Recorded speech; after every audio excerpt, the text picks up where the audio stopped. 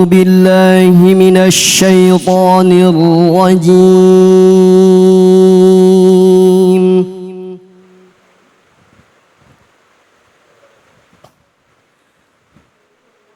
بسم الله الرحمن الرحيم.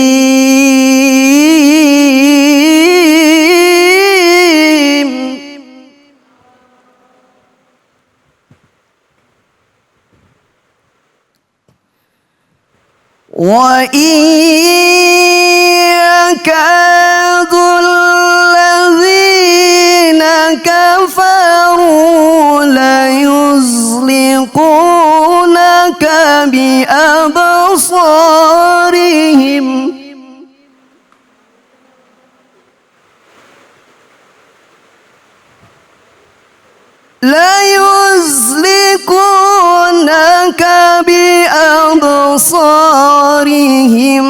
لما سمعوا الذكر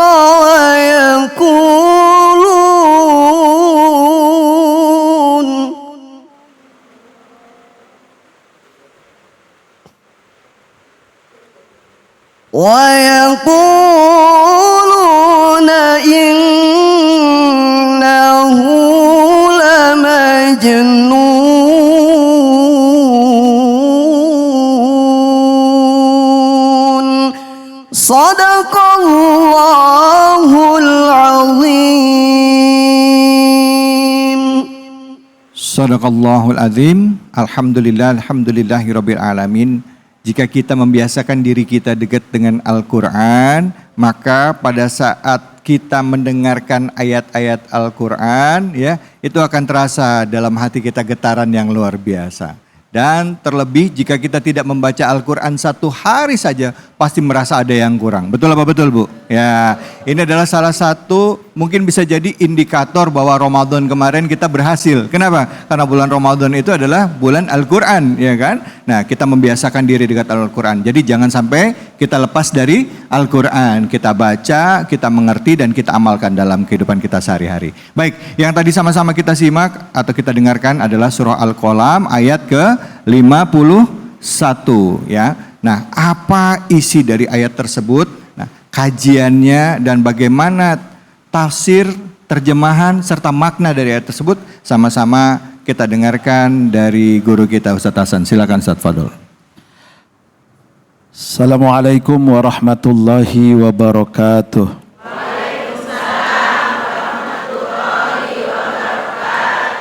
Bismillahi walhamdulillah. Wassalatu wassalamu ala rasulillah Sayyidina wa habibina wa syafi'ina wa qurrati a'yunina wa maulana Muhammad ibni Abdillah, la hawla wa la quwata illa billah, amma ba'du wa ba'da tahiyah. Subhanaka la ilma lana illa ma 'allamtana innaka antal alimul hakim. Qala rabbi shrah li sadri wa yassir li amri wahlul 'uqdatam min lisani yafqahu qawli, amma ba'd. Hadratil Mukarram yang mulia, para alim, para ulama, para masyayikh, para kiai, para asatid, para tuan-tuan guru, kita doakan guru-guru kita semuanya panjang umur, sehat walafiat, agar terus bisa membimbing kita menjadi orang-orang yang diridhoi oleh Allah. Para bapak, para ibu, jamaah Masjid Al-Hikmah, dan juga pemirsa di layar kaca, pemirsa setia Cahaya Hati Indonesia iNews TV, yang insya Allah dirahmati oleh Allah Subhanahu wa Ta'ala. Pemirsa dimanapun berada, kita semua adalah orang-orang yang merindukan ampunan dari Allah Subhanahu wa Ta'ala.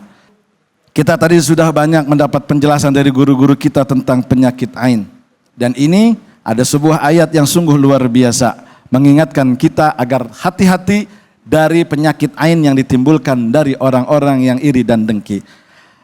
Tafsir surat Al-Qalam ayat 51. A'udzubillahi minasyaitonir rajim. Bismillahirrahmanirrahim. Wa iyyakadul ladzina kafaru layuzliqunaka bi absarihim lamma sami'u dzikra wa yaquluna innahu lamajnun. Al-ayah. Wallahu a'lamu bimuradih. Di sini dijelaskan oleh Allah Subhanahu wa Ta'ala, dan sesungguhnya orang-orang kafir itu benar-benar hampir menggelincirkan, mencelakakan kamu, wahai Rasulullah, dengan pandangan-pandangan mereka. Tapi tatkala mereka mendengar Al-Quran, mereka berkata dan ingkar bahwasanya baginda Rasul disangka orang-orang yang gila. Padahal yang gila adalah mereka tidak mau menerima kebenaran dari Allah Subhanahu wa taala yang diberikan kepada baginda Nabi. Artinya apa? Dengan adanya Islam yang tersebar, baginda Nabi begitu diiri, didengki, dihasut, bahasa sekarangnya, bahasa kerennya dijulidin. Kok bisa seorang Muhammad yang anak yatim, piatu bisa untuk memberikan ajaran yang sebenarnya itu bukan ajaran dari kakek nenek moyang. Akhirnya ada perasaan hasut, ada perasaan dengki, ada perasaan ingin tidak didahului. Dan pada akhirnya mereka membuat makar-makar karena penglihatan derajat, penglihatan pangkat dari baginda Nabi besar Muhammad sallallahu alaihi wasallam. Dan ini juga hampir mencelakakan baginda Nabi. Artinya apa? Dari mata turun ke hati. Bahasanya kan begitu. Dari julid mata turun ke hati. Tidak ingin dikalahkan oleh orang lain.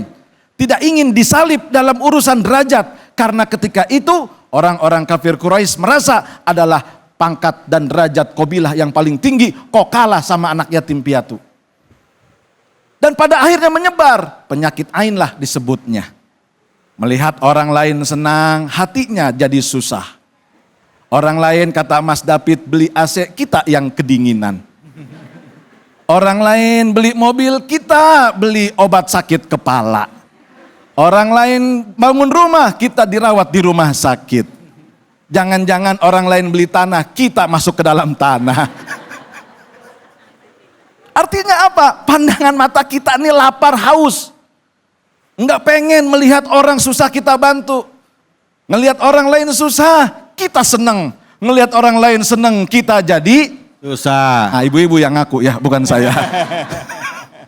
Harusnya senang melihat orang lain senang. Susah melihat orang lain Susah. Wallahu fi aunil abdi maka al abdu fi auni akhihi. Padahal Allah akan membantu orang-orang yang mau membantu saudaranya. Bukan malah saudara yang dapat nikmat dijulitin. Tetangga beli motor baru, dia enggak negor 3 bulan. Banyak begitu Mas David. Gitu, iya. Tetangga beli emas, dia dipakein oksigen. Ain itu berbahaya.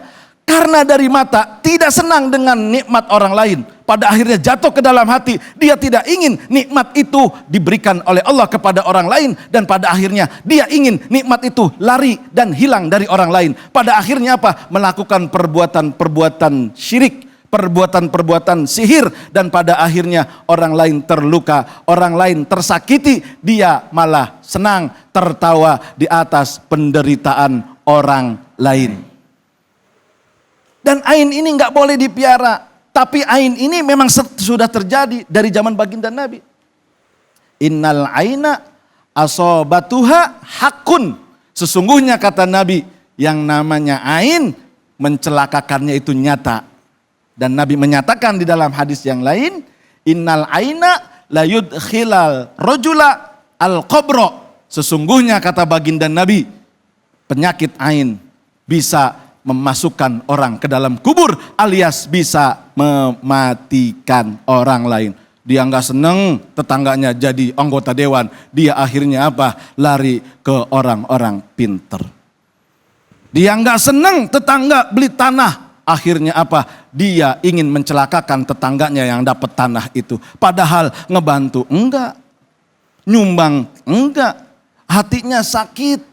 Maka yang perlu diobati adalah pertama mata. Karena dosa mata ini banyak yang mencelakakan manusia.